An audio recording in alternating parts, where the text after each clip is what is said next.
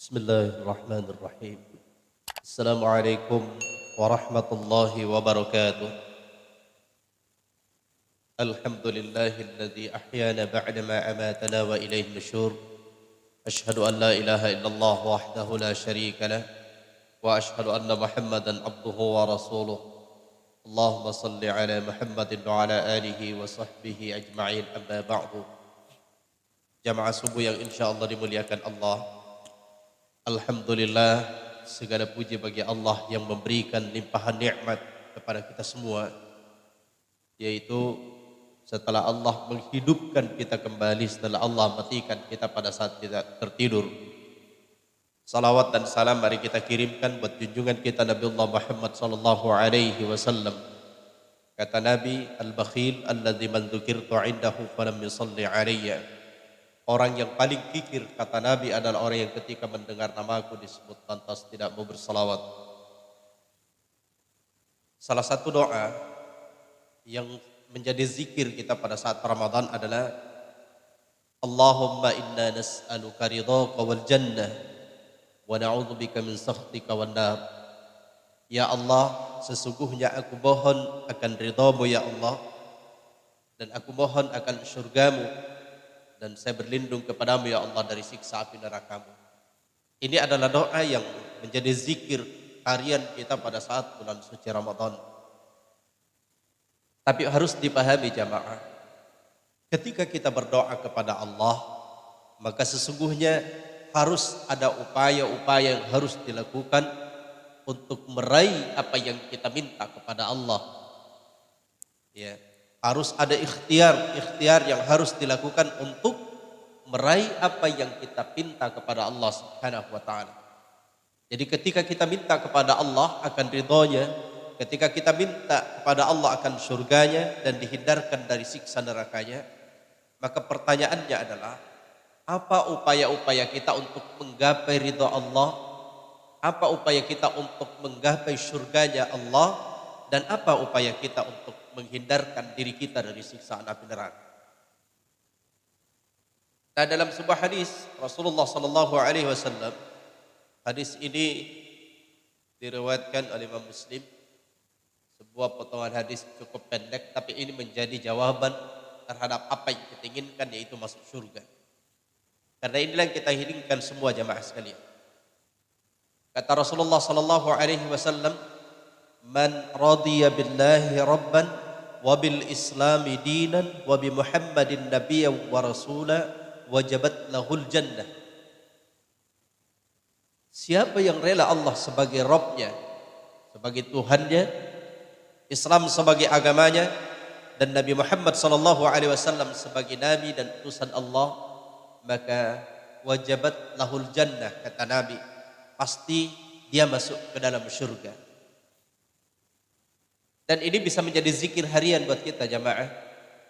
Rasulullah menganjurkan kepada kita untuk membaca zikir ini pagi dan petang dengan kalimat raditu billahi rabban wa bil islami dina wa bi muhammadin nabiyyan wa rasula. Saya rela Allah sebagai Rabbku, Islam sebagai agamaku, dan Nabi Muhammad sallallahu alaihi wasallam sebagai nabi dan utusan Allah. Siapa yang membaca ini 3 kali pada saat pagi hari, andai kata Allah takdirkan dia meninggal dunia pada siang harinya, maka Allah ridho padanya dan surga tempatnya. Dan siapa yang membaca pada saat sore hari, kemudian andai kata Allah takdirkan dia meninggal dunia pada malam harinya, maka Allah ridho padanya dan surga tempatnya. Inilah upaya yang harus kita lakukan jamaah untuk meraih surganya Allah. Pertama adalah kita mengatakan saya rela Allah sebagai Tuhan saya. Ketika kita mengatakan saya rela Allah sebagai Tuhan saya, otomatis kita meniadakan adanya sembahan-sembahan selain daripada Allah. Kita harus betul-betul mentauhidkan Allah Subhanahu wa taala. Dalam sejarah perjalanan dakwah Rasulullah sallallahu alaihi wa ala alihi wasallam yang terdiri dari 2 periode yang disebut dengan periode Makkiyah dan yang kedua adalah periode Madaniyah. 13 tahun beliau berdakwah di Mekah. Itu titik berat daripada dakwahnya Rasulullah sallallahu alaihi wasallam adalah bagaimana umat ini bertauhid. Bagaimana umat ini terbebaskan dari penghambaan selain daripada Allah Subhanahu wa taala. Itu misi dakwahnya Rasulullah sallallahu alaihi wasallam ketika berada di Makkah Al-Mukarramah. Jadi memang ini menjadi persoalan besar buat kita semua. Tantangan berat dakwah sekarang ini sampai detik ini adalah bentuk-bentuk penghambaan selain daripada Allah Subhanahu wa taala. Ya. Datang ke kuburan minta selain daripada Allah, datang ke tempat keramat, mendatangi para dukun dan paranormal. Dan ini sekarang dukun dan paranormal lagi naik daun ini semua. Ya, mereka jadi public figure. Dan kadang-kadang susah dibedakan mana ustadz, mana dukun ya. Ada buku saya judulnya Dukun Hitam, Dukun Putih. Orang tanya apa bedanya? Sebenarnya tidak ada bedanya, sama-sama dukun. Cuma yang berbeda adalah casingnya. Kalau dukun hitam jelas biasanya aksesoris yang dia pakai ya seperti hitam-hitam, pakai apa, itu aksesorisnya. Tapi yang paling berbahaya adalah dukun putih. Kenapa? Aksesoris yang dia pakai adalah aksesoris seperti seorang ulama, seorang kiai, seorang ustadz. Pakai jubah, pakai kopiah, pokoknya pakai sorban. Luar biasa. Tapi praktek yang dilakukan adalah praktek perdukunan. Banyak kan yang mengaku ustadz. Yang terakhir kita dihebohkan dengan seorang laki-laki yang mengaku ustadz, namanya Ustadz Gondrong, yang konon kabarnya bisa menggandakan uang. Sebelumnya ada Kanjeng Dimas yang juga konon kabarnya bisa menggandakan uang. Dan pengikutnya banyak. Bukan hanya dari kalangan orang-orang awam, tapi kadang-kadang juga dari kalangan intelektual. Yang secara intelektualitas mereka punya pengetahuan tinggi, punya ilmu, punya wawasan yang luas. Tapi kenapa mereka juga terpengaruh dengan hal-hal seperti ini? Ini menunjukkan bahwasanya kita bermasalah dengan akidah. Iya. Jadi misi dakwahnya Rasulullah sallallahu alaihi wasallam adalah bagaimana umat ini hanya menyembah kepada Allah Subhanahu wa taala. Ya ayyuhan nasu u'budu rabbakumul ladzi khalaqakum wal ladzina min qablikum la'allakum tattaqun. Wahai sekalian manusia, u'budu rabbakum, sembahlah Rabb kalian yang telah menciptakan kalian dan orang-orang sebelum kalian. La'allakum tattaqun, agar kalian bertakwa kepada Allah. Dan ini juga yang menjadi komitmen kita pada saat sholat. Jadi para ulama kita memberikan penjelasan. Inti tauhid itu juga salah satunya berada dalam surah Al-Fatihah. Pada saat kita mengungkapkan iyyaka na'budu wa iyyaka nasta'in, hanya kepadamu ya Allah saya menyembah dan hanya kepadamu saya beristi'anah. Hanya kepadamu ya Allah saya menyembah dan hanya kepadamu saya mohon pertolongan. Saya tidak menyembah yang lain. Kemudian setelah itu kepada Allah kita semua minta apapun keinginan kita, apapun hajat kita, mintalah kepada Allah Subhanahu wa taala. Karena orang yang selalu berdoa kepada Allah menunjukkan bahwa dia punya tauhid. Ya, makanya Allah suka kalau kita berdoa kepada Allah. Kata Allah, "Ud'uni astajib lakum." Berdoalah kepadaku, niscaya aku akan mengistijabah doa kalian. Dalam ayat yang lain Allah berfirman, "Wa idza sa'alaka 'ibadi 'anni fa inni qarib ujibu da'watad da'i idza da'an falyastajibu li wal yu'minu bi la'allahum yarshudun." Apabila hambaku bertanya kepada engkau Muhammad tentang saya, inni qarib, saya dekat. Saya dekat kata Allah. Maka perhatikan janjinya Allah, ujibu da'watad da'i idza da'an, aku akan kabulkan doa orang-orang yang berdoa kepadaku. Syaratnya falyastajibu li, hendaklah mereka beristijabah kepada saya. Jadi itu tadi, kalau kita mau berdoa, mau dikabulkan doa kita, harus ada upaya bagaimana doa itu dikabulkan. Maka Allah menjelaskan kalau doa kita mau dikabulkan oleh Allah, falyastajibu li, hendaklah mereka beristijabah kepada saya. Hendaklah mereka menjalankan perintah saya. Hendaklah mereka memenuhi seruan saya ketika diseru. Makanya dalam kaidah dikatakan harus mendahulukan ta'abbud baru isti'anah. Mendahulukan ibadah baru minta. Jangan dibalik. mintanya terlalu banyak baru ibadah, tidak. Ya. Dahulukan dulu kewajiban baru minta hak. Jangan dibalik. Haknya selalu diminta tapi kewajiban tidak ditunaikan. Nah ini jamaah sekalian yang dimuliakan Allah. Tauhid ini, kalimat la ilaha illallah ini adalah kalimat inti daripada tauhid, dan ini yang menyelamatkan kita. Kata Rasulullah sallallahu alaihi wasallam, "Man kana akhir kalamihi la ilaha illallah dakhalal jannah." Siapa yang di akhir hayatnya mengucapkan kalimat la ilaha illallah dakhalal jannah, dia masuk surga. Itulah sebabnya Nabi juga pesankan, "Latkinu mautakum bila ilaha illallah." Talkinkan orang yang mau meninggal. Jadi orang yang mau meninggal, ya, tuntun orang yang mau meninggal dunia dengan kalimat la ilaha illallah. Kalimat ini adalah kalimat yang tertinggi jemaah.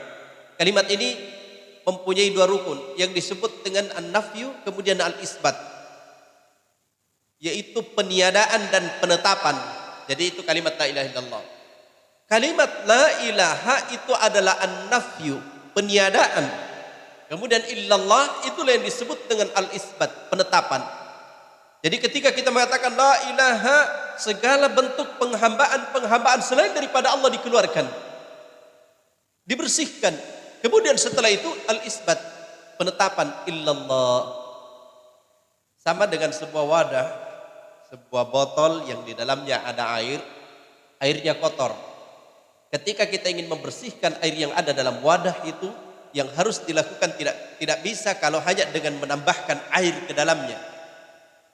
Tidak bisa. Kalau kita mau betul-betul mendapatkan hasil yang maksimal, mendapatkan air yang bersih, maka yang harus dilakukan adalah air yang kotor itu buang, keluarkan. Setelah tidak ada, maka yang harus dilakukan selanjutnya adalah al-isbat, tetapkan. Masukkan dengan air yang bersih, itulah al-isbat. Dan kalimat la ilaha illallah ini adalah misi para nabi dan para rasul terdahulu, yaitu bagaimana umat ini menyembah hanya kepada Allah Subhanahu wa taala. Siapa yang rusak akidahnya tidak ada surga baginya. Innallaha la yaghfiru ayyushraka bihi wa yaghfiru ma duna dzalika liman yasha. Allah tidak akan mengampuni dosa orang yang menduakan Allah, dan Allah mengampuni dosa selain daripadanya liman yasha, bagi siapa yang dikehendakinya. Makanya dalam sebuah riwayat Imam Bukhari dikatakan ada nanti orang nanti diangkat oleh Allah dari neraka.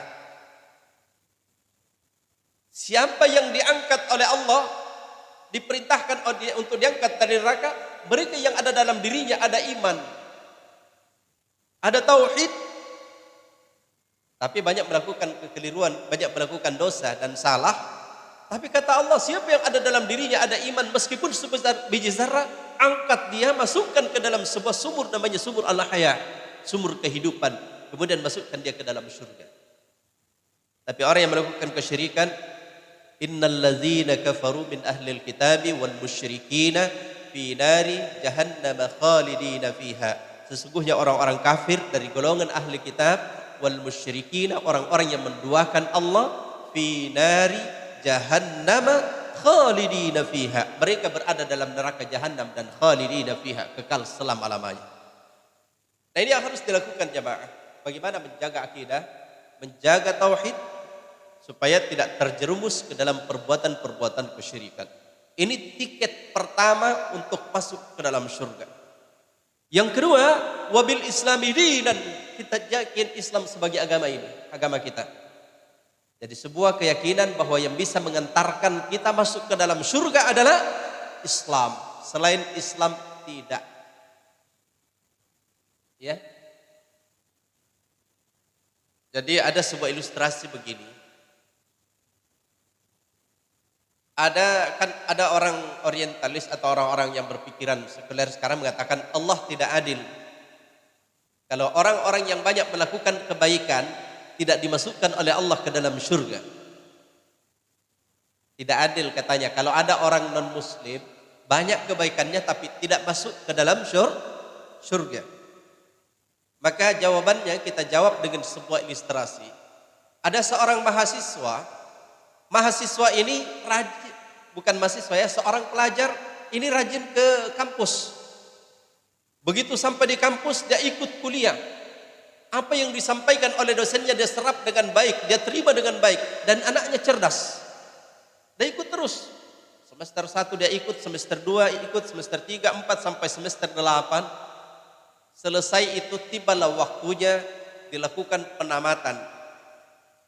Diumumkan nama-namanya siapa yang berhak mendapatkan ijazah dan siapa yang berhak mendapatkan diwisuda. Ternyata begitu dilihat namanya, ternyata tidak ada namanya. Tidak ada namanya. Kenapa tidak ada namanya? Padahal dia rajin datang ke kampus, anaknya cerdas. Kenapa tidak ada namanya sebagai orang yang berhak untuk mendapatkan ijazah dan masuk ke dalam kategori diwisuda? Ternyata jawabnya, anak ini memang rajin ke kampus, anaknya cerdas, tapi ternyata dia termasuk mahasiswa ilegal. Tidak pernah mendaftarkan dirinya masuk di kampus itu. Dia hanya ikut kuliah. Dia hanya ikut kuliah. Pokoknya ikut-ikut saja. Maka ketika pembagian ijazah bagaimana bisa didaftar? Bagaimana dia mendapatkan ijazah sementara dia tidak terdaftar? Sama nanti kalau di akhirat ada orang protes. Kenapa saya tidak masuk ke dalam surga? Padahal saya banyak melakukan kebaikan-kebaikan. Saya jalanan itu saya sumbang. Lampu ini saya yang menemukan. Yang dipakai orang ibadah kepada Allah, dipakai untuk berjalan dan sebagainya. Kenapa tidak ada namaku? Dia protes. Maka memang ternyata tidak ada namanya. Kenapa tidak ada namanya? Sebagai orang yang berhak masuk ke dalam surga, karena sebelumnya dia tidak pernah mendaftar sebagai calon penghuni surga.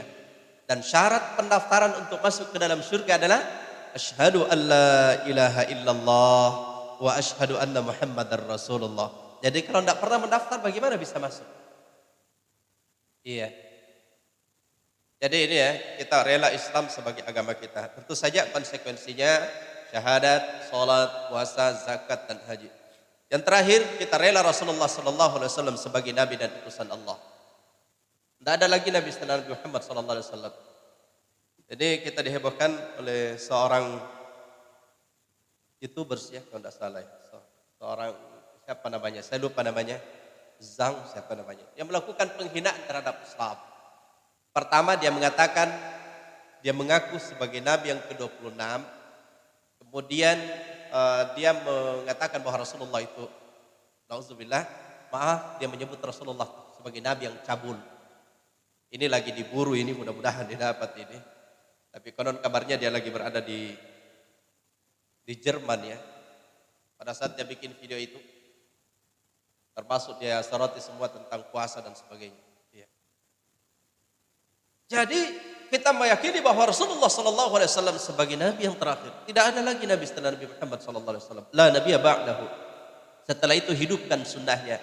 Kata Rasulullah Sallallahu Alaihi Wasallam, man ahya sunnati faqad ahabbani wa man ahabbani kana ma'i fil jannah. Siapa yang menghidupkan sunnahku maka dia telah mencintai saya, dan siapa yang mencintai saya dia akan bersama dengan saya di dalam surga.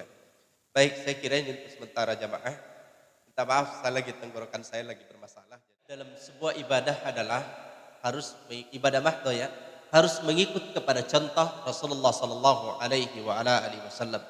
Jadi dalam persoalan ibadah mahdo kita tidak boleh membuat dalam persoalan ibadah mahdo. Termasuk diantaranya salat. Salat adalah ibadah mahdo.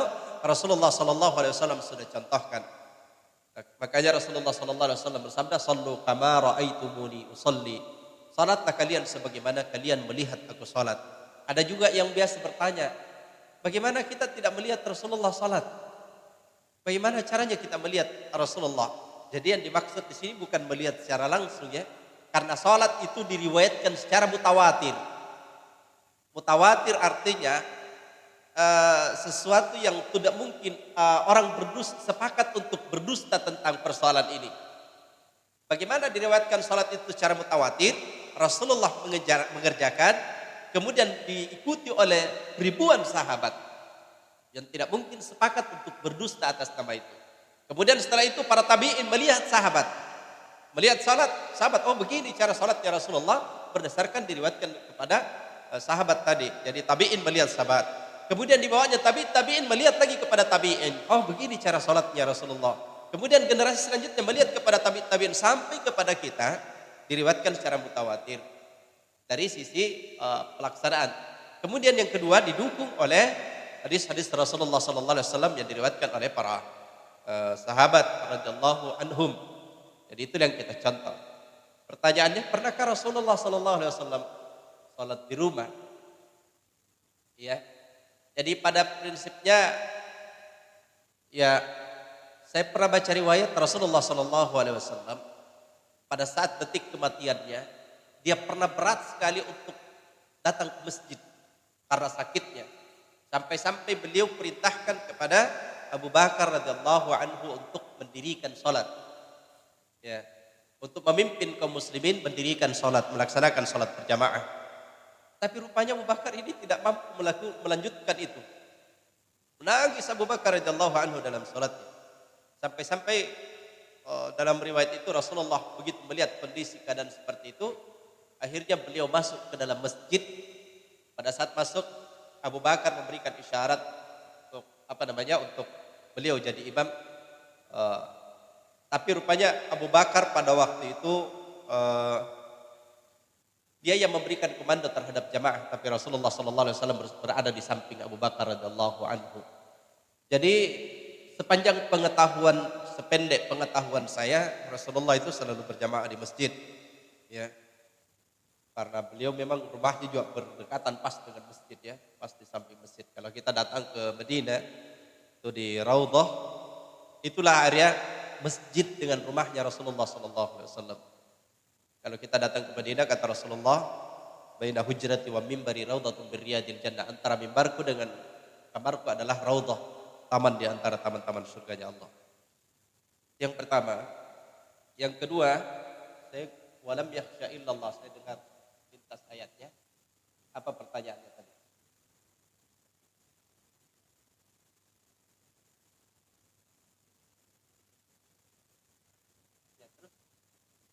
Dan mereka tidaklah takut kecuali kepada Allah. Dalam ayat yang lain, innama Allah. Jadi dalam ayat yang lain dikatakan innama yakhsyallaha min ibadihil ulama. Sesungguhnya yang paling takut dengan Allah adalah para ulama, para alim ulama. Kenapa ulama? Karena mereka memahami agama yang dengannya semakin takut kepada Allah. Jadi intinya begini, semakin kita faham agama, semakin kita takut kepada Allah. Semakin kita banyak membaca, kita semakin takut kepada Allah. Saya suka membaca sirah, sejarah, meskipun kekurangan saya adalah tidak bisa menghafal itu. Biasanya pelaku sejarah dengan tahun-tahunnya, itu kekurangan saya. Tapi ada yang menarik, kalau saya baca sirah nabawiyah, sirah sahabat, atau sirah orang-orang saleh, itu akan menimbulkan semangat kepada kita untuk ibadah kepada Allah. Kadang ketika saya membaca biografi ulama, maka saya merasa tidak pantas masuk ke dalam surganya Allah, karena dibanding dengan amalan mereka, ibadah mereka yang begitu sangat luar biasa. Jadi pantaslah kalau dikatakan yang paling takut dengan Allah adalah para ulama, para orang-orang guru-guru kita, para kiai-kiai kita. Dan ini sebuah musibah sekarang ini adalah banyak ulama kita, guru-guru kita diwafatkan oleh Allah Subhanahu wa taala. Jadi di tahun ini sudah kurang lebih, yang kita ketahui yang terkenal sering masuk di media kurang lebih 400. Yang tidak ditahu itu sampai ribuan, Pak. Sulawesi Selatan belum termasuk. Banyak guru-guru kita di Sulawesi Selatan juga yang saya kenal, para dai ilallah, itu juga diwafatkan oleh Allah Subhanahu wa taala. Dan ada dua isyarat ketika para ulama kita wafat. Pertama, ya keberkahan itu sedikit demi sedikit sudah dicabut oleh Allah. Yang kedua, ilmu sudah semakin terangkat dari permukaan bumi ini. Ya, untung masih ada guru-guru kita yang lain masih hidup yang bisa menasihati kita semua. Wallahu taala alam. Petunjuk adalah Al-Qur'an, ya. Baik-baik petunjuk adalah Al-Qur'an.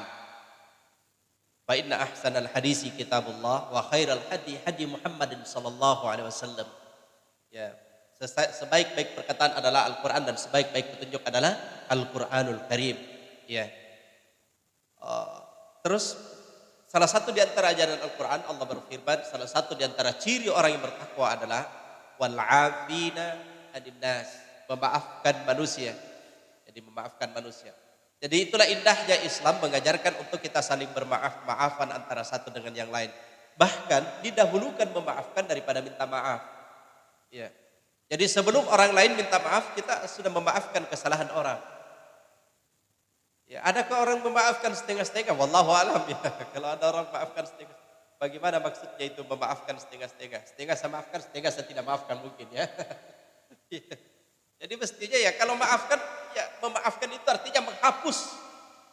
Ya. Meskipun kadang-kadang kalau ada orang punya kesalahan masih terlintas dalam benak kita, tapi kita ya biasalah kalau mungkin kita masih ingat pernah melakukan kesalahan sama kita, tapi niat kita lillahi ta'ala, kita harus betul-betul saya maafkan karena Allah. Meskipun kadang-kadang tadi terlintas kalau kesalahan-kesalahan yang pernah dia lakukan, tapi itu tidak diungkit. Jadi kalau orang sudah memaafkan, jangan diungkit lagi kesalahan-kesalahan yang pernah dilakukan oleh orang lain kepada kita. Itulah orang yang mendapatkan kemuliaan dari Allah. Itulah meraih predikat takwa kepada Allah Subhanahu wa taala. Sebagaimana dalam Al-Qur'an, wasari'u ila maghfiratin min rabbikum wa jannatin 'arduha as-samawati wal 'ardu 'iddatil muttaqin alladzina yunfikuna fis sarai wad dharra wal kazimina al-ghaiz wal 'afina 'anil nas. Memaafkan manusia. Jadi caranya kalau memaafkan ya maafkanlah sepenuhnya. Jadi caranya memaafkan, jangan mengungkit kesalahan yang pernah dia lakukan. Ya. Dan paling bagus itu kalau sebelum tidur sudah wudu, kita datang ke pembaringan, niatkan dalam hati, ya Allah, saya maafkan orang-orang yang melakukan kesalahan kepada saya.